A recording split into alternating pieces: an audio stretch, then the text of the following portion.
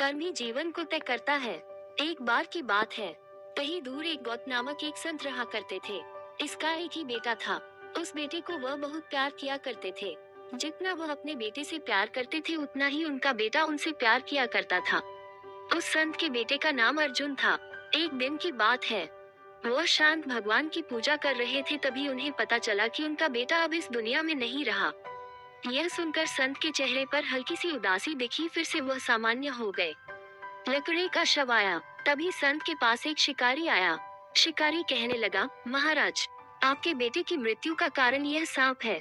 इस सांप ने ही आपके बेटे को काटकर मौत के घाट उतार दिया।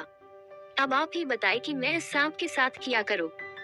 क्या मैं इस सांप को टुकड़ों में काट कर मार दूं, या फिर गर्म तेल में डालकर मार दूं? संत महाराज ने कहा, आप इसके साथ कुछ भी न करें। हमारा धर्म यह नहीं कहता है कि किसी को मारा जाए। अब इसको मार देने के बाद भी मेरा बेटा जीवित नहीं हो सकता है, तो फिर इसे क्यों मारा जाए? इसको जो अच्छा लगा उसने वह किया। संत और शिकारी की बात को सुनकर सांप भी इंसान की भाषा में बोल उठा। सांप ने कहा, महाराज, आपके बेटे की मौत का कारण मैं नहीं हूँ, बल्कि मृत्यु के देवता ने ही मुझे बढ़ावा दिया कि मैं आपके बेटे को डस लूं, और मैंने आपके बेटे को डस लिया। अभी इसकी बात हो ही रही थी, तभी मृत्यु देवता भी वहां आ गया। मृत्यु देवता ने कहा, किसी के मौत का कारण मैं नहीं होता हूँ। आपके बेटे की मौत का कारण भी मैं नहीं हूँ। मुझे तो काल ने आदेश दिया कि आपके बेटे की जान लिया जाए, इसलिए ही मैं सांप को डसने के लिए बढ़ावा दिया।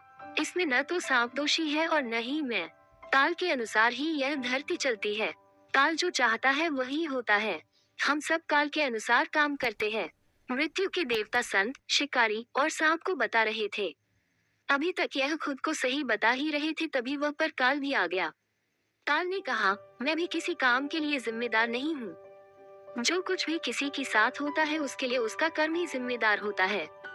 इस लड़के की मौत का कारण इसका पिछले जन्म के कर्म जिम्मेदार है।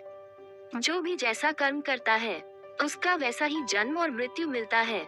इस कहानी से हमें ज्ञान मिलता है कि हमें हमेशा अच्छा कर्म करना चाहिए। कर्म ही हमारे सामने फल के रूप मिलता है। अगर किसी काम को करके हम किसी को डेक देते हैं तो कोई ऐसा भी होगा जो कुछ ऐसा काम करेगा जिससे हमें दुख होगा।